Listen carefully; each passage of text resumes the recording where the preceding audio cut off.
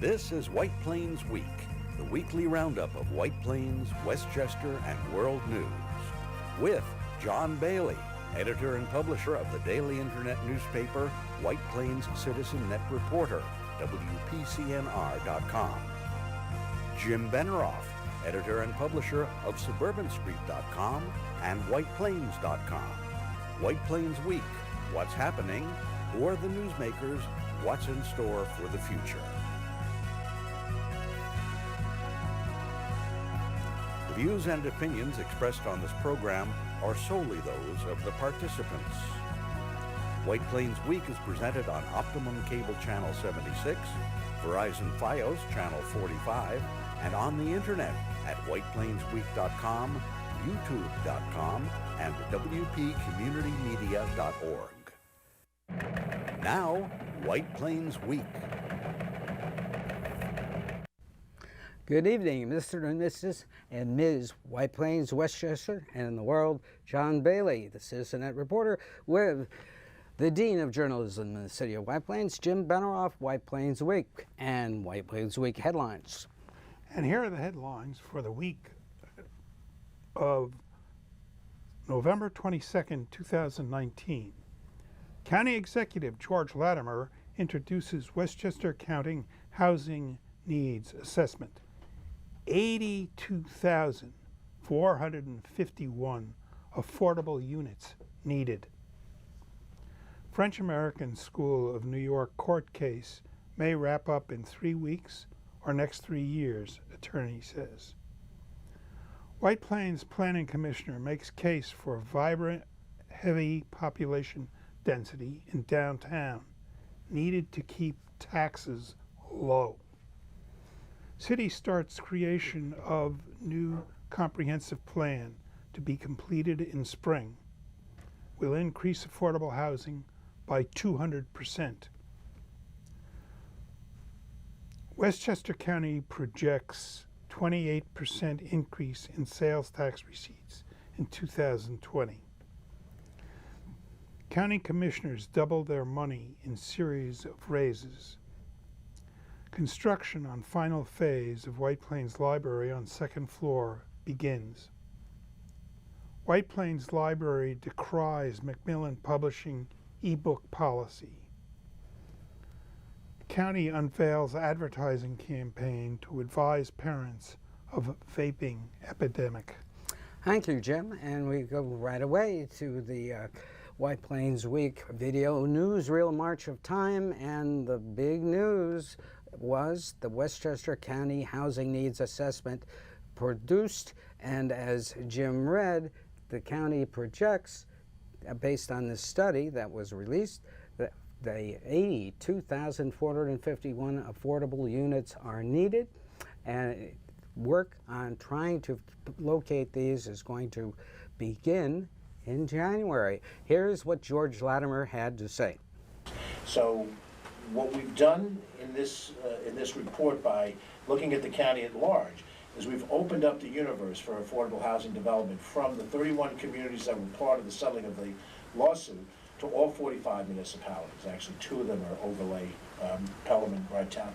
But the remaining 43 communities all have the ability to be able to do these things.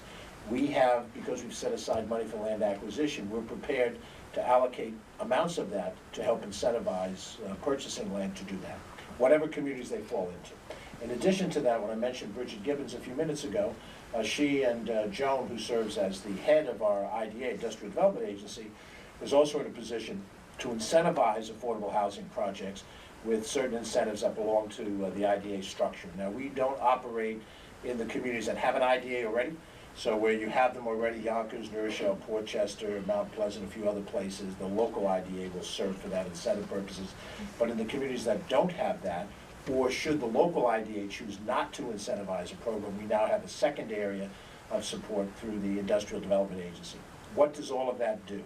That puts us in a position to try to do as many projects of whatever size is as appropriate to the piece of land that may be identified.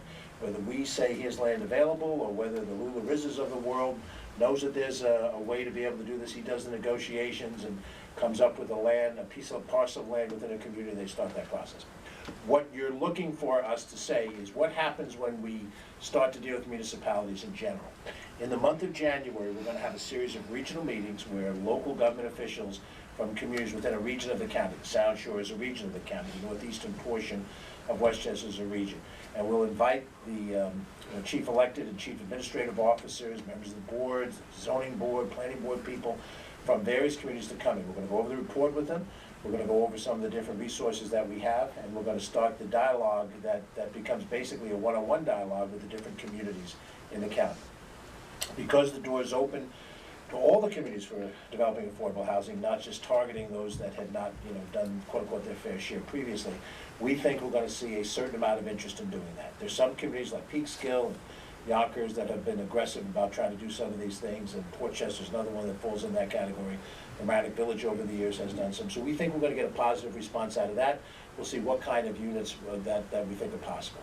There is also an effort underway, and it's an ongoing effort, to work with those developers who are doing transit-oriented development to try to get them to carve out a certain number of affordable units within the projects that do. Now, sometimes it's not a very large number, and that certainly can't be the main focus of what we're doing. But you have this in Harrison with the Metro North development that's right down by the train station. And because transit-oriented development is so popular these days, the folks who work in the city. County Executive, do you sense that HUD now is thinking about really supporting affordable housing in the area? Have they changed their tune? John, I think we see our most immediate partner as being the state Homes and Community Renewal Agency. Norma and her team, Emily and a few others, released an earlier version of this report in a work session capacity with HCR state officials. We've got a very positive response. The commissioner's been down here, and we think that we're going to be able to work very closely with the state. HUD's a little bit of a different situation. We approach it with a positive mindset. The philosophy, in the federal government is a bit different than it might have been under prior, administrations change at all levels of government, and philosophies change with them. But we think that if we put together sound projects that are rooted in reality, which is what the statistics will give us, if we have the cooperation of the local government and the state government, we'll get the best possible hearing for the things we need to do with the federal government. The real issue, and I know I'm sort of distilling it down to one thing, the real issue with the federal government as we see it is the need for additional rent subsidy allocation, Section 8 vouchers if you will.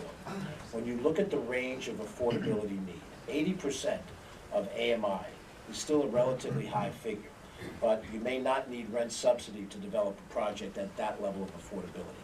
But if you want to reach the full range of people in need, you must deal with people whose income levels are significantly lower. Norma pointed out in her what that gap looks like. A person can be making, I think on that sheet, $117,000 a year and have no way to own a home that's $650,000 in one of our communities. So for the purposes of rental purposes, we need HUD in order to be participant. And what we also have, I think, on our side is strong support from our congressional delegation, the three members of the House of Representatives, the 2 U.S. senators. We think are going to be very supportive. In due time, we're going to brief them. And in briefing them, I think they're going to be very responsive to this. But the national administration, we'll see. We'll keep an open mind. We hope for the best. Lynn Patton, who's the Region 3 director, we had a chance to chat a couple days ago. And that was George Latter. Your reaction, Jim? Well, I didn't read the whole plan, which is this book. It's a big plan. I just read the summary and I read the press release. I was not at the press conference. One of the interesting, it's really an interesting report, and I think I've said a couple of things in the past that where we, in White Plains, we require a certain percentage of affordable housing in new developments. And I said that developers might, in this market, look to putting those, although it's confined to certain parties based on their income,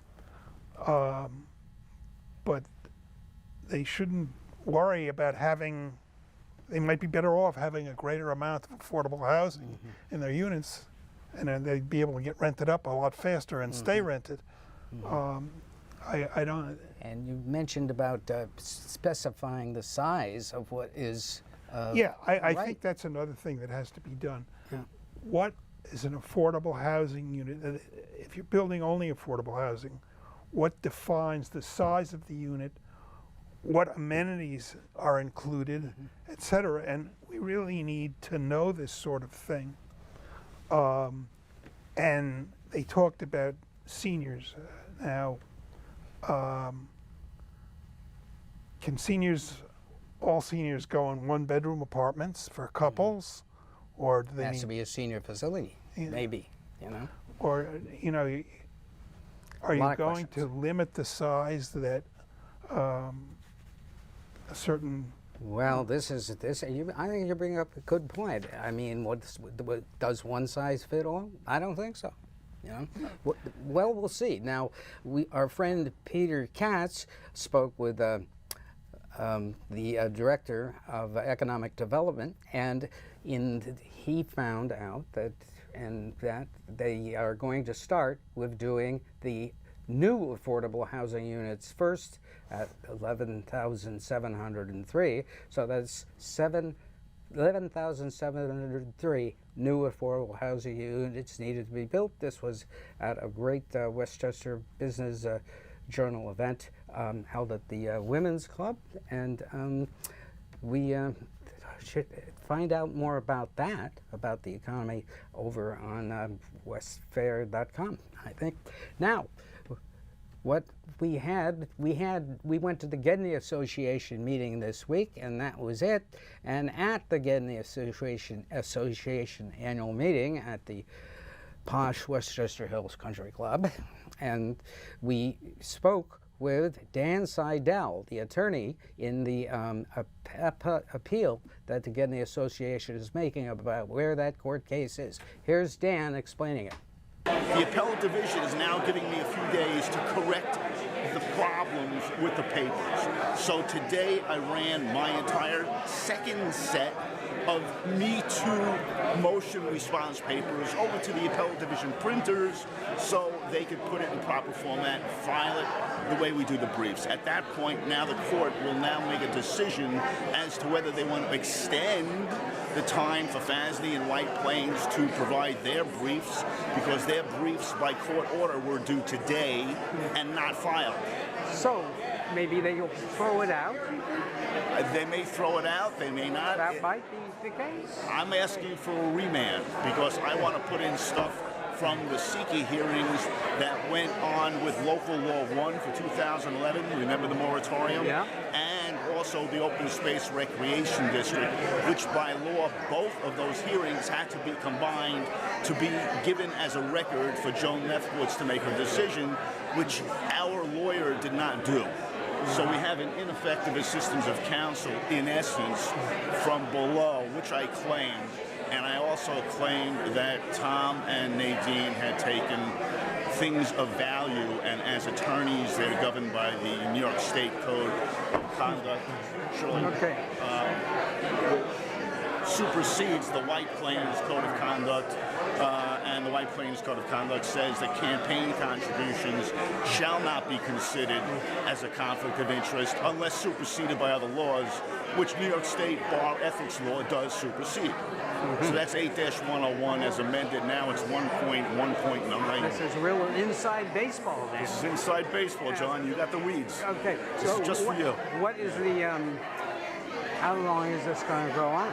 I'm assuming that if my papers are accepted, the court will make a ruling within the next 2 weeks as to what I have to produce or not, or whether they're going to dismiss my appeal or not, or whether they're going to dismiss Fasney and White Plains' appeal for failing to what's called perfect their papers, because they were not given any extension at all yet. Yeah.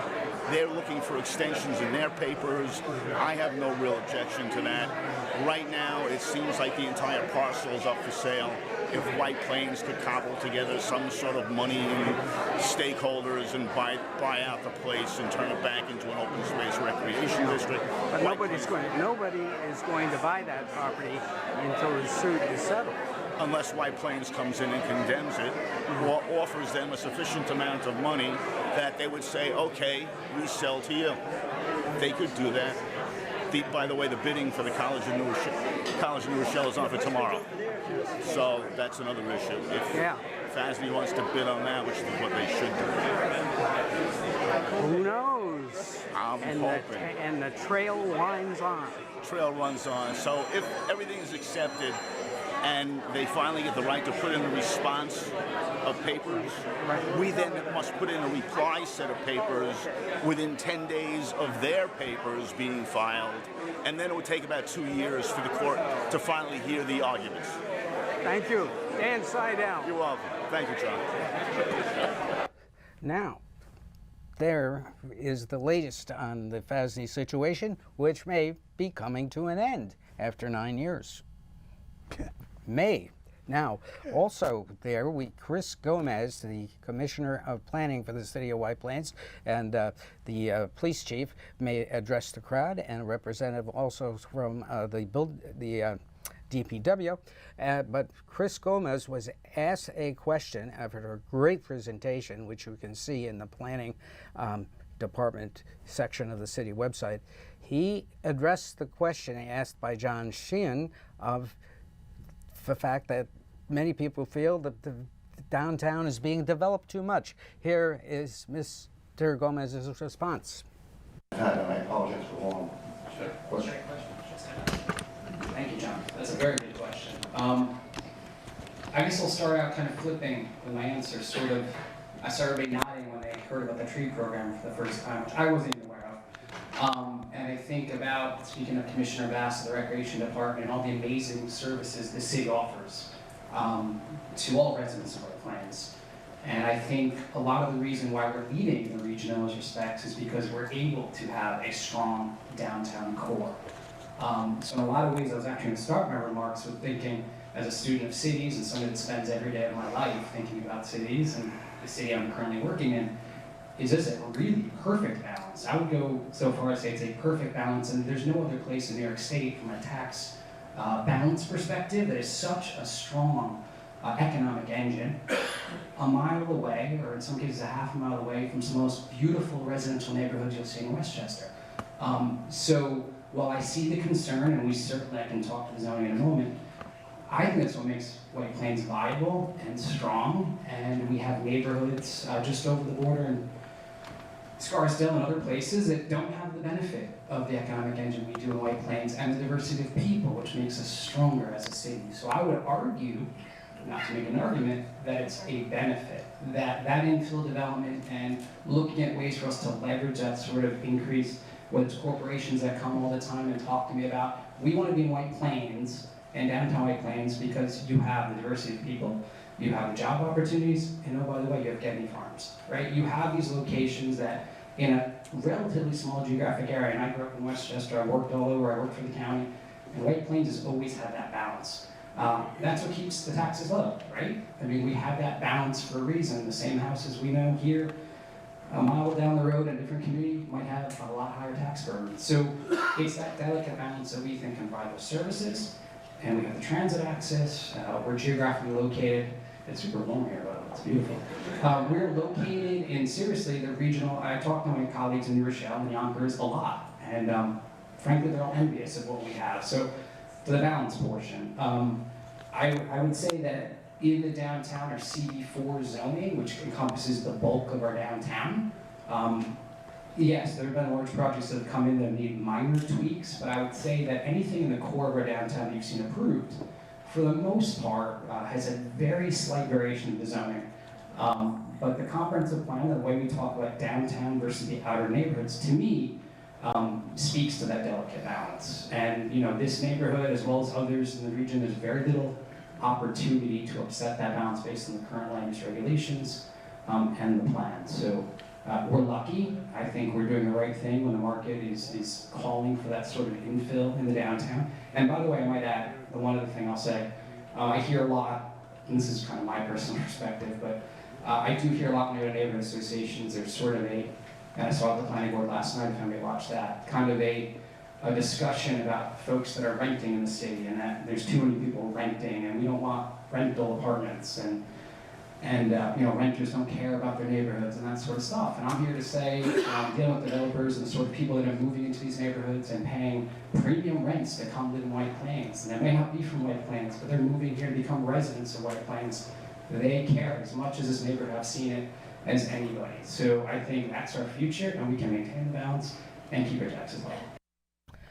Well, a very strong defense of the downtown development, very articulate. And what do you think? I think it makes good points. I wanted to mention several other things which I don't think he touched upon, because I was thinking about the amount of housing that White Plains is building in the downtown area and whether they were going to be able to absorb that.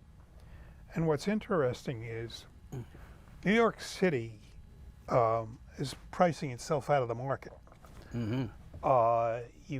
If you want to live in Manhattan, you really have to be a multi-millionaire.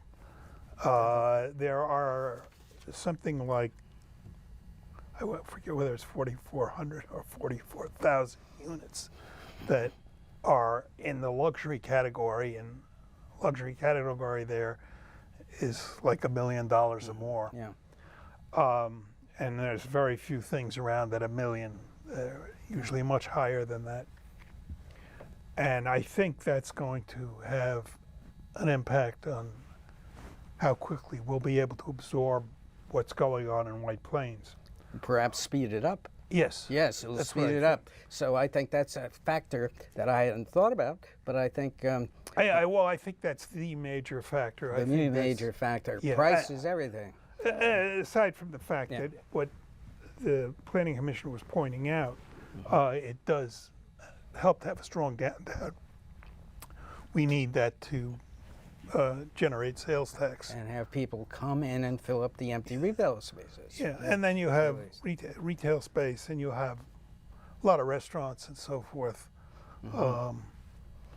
So I think that that's a good idea. I think that a strong downtown requires a lot of housing downtown. But this presentation that he makes gives you a complete picture of the city. And one other piece of news Mr. Gomez gave us was they are working on the comprehensive plan. That has been talked about for years with the gadflies, accuse the city of not having a comprehensive plan, but they're working on it, and they're going to present, I guess, a draft of it in March. That was his time. Well, I actually think rather than having, I mean, a comprehensive plan is a nice idea. And I know we've had it before. Reality doesn't always match the comprehensive plan. Well, I think that they should have an annual plan. Oh, that's I think that there should be, and if you want to call it a comprehensive annual plan, if you want that word comprehensive in there, that's fine. Well, Mr. Gomez is coming into his own, and he may think that's a good idea too. Right. Well, I think I may have a long time ago mentioned that to him. I don't know whether he remembers or not. But right. Now, a very important thing I noticed when looking at the county salary increases was I remember 2 articles that I had written about some budgets and sales taxes several years ago. Here they are. And this shows the fact that Mr. Astorino back in 2016 had budgeted a tremendous increase in sales tax, and the county missed it by a mile. And so that created part of the deficit. And then on the other side, we had a $1.8 billion 2017 budget, which, in order to make up that deficit, he suggested selling parts of leasing the airport, which is a dead issue. But what I looked at, and just in passing, I noticed the county budget prediction for sales tax this year. Can we have the next slide showing the budget? It is going, they are expecting a 28% increase in sales tax receipts in 2020. Now, the most they're going to get if they hit the 1% sales tax increase target is about 10 million. And what they are expecting in sales tax is $740 million. And that is a 28% increase, and that has to be made up, and not by the 1%, it has to be made up by sales. I think this is a serious problem that the Board of Legislators has to really take a look at. I think that is way too high. What do you think? Well, We'll see. Cross our fingers. yeah, Buy cars. It's Right. a vast change, and you know, I don't know what to think. I mean, as I say, the retail space market is, I think, what they have to analyze Yeah. to see where it's going to come from. And the retail market is tough. Yes, it is. But I think that has to be looked at closely.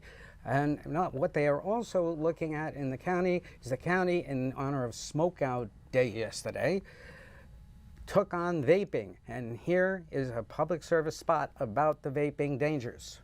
Concern has been the recent development of lung disease related to vaping that has been found in almost every state in the United States. And unfortunately, there have been thousands of cases of vaping-related lung injury.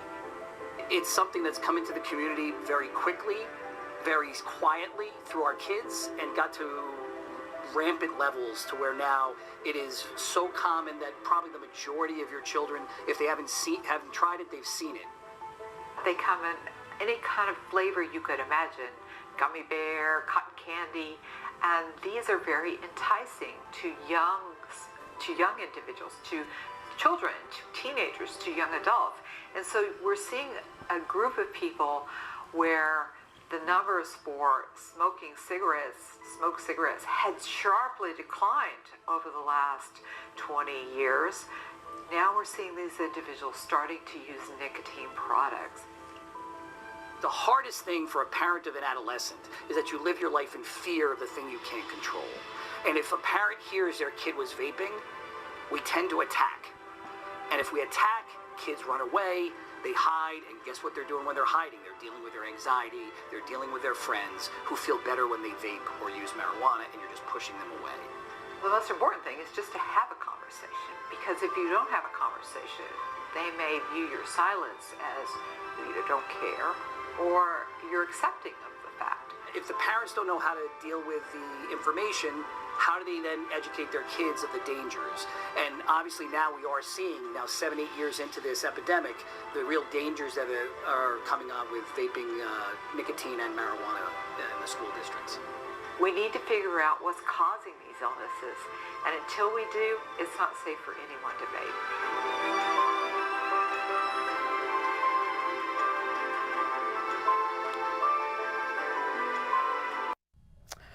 And going out, we have to remember that on this day, 56 years ago, John F. Kennedy was assassinated.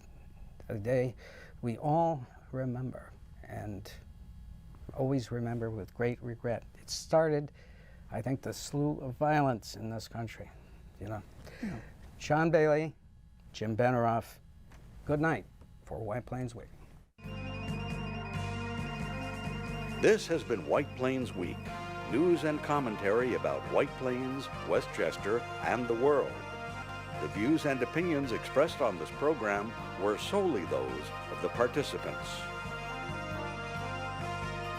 White Plains Week, produced by White Plains Citizen Net Reporter, and presented on Optimum Cable Channel 76 and Verizon Fios Channel 45.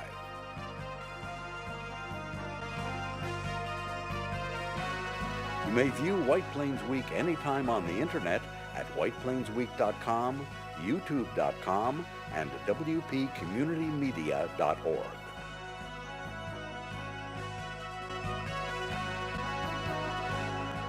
For White Plains Week, this is Peter Katz speaking.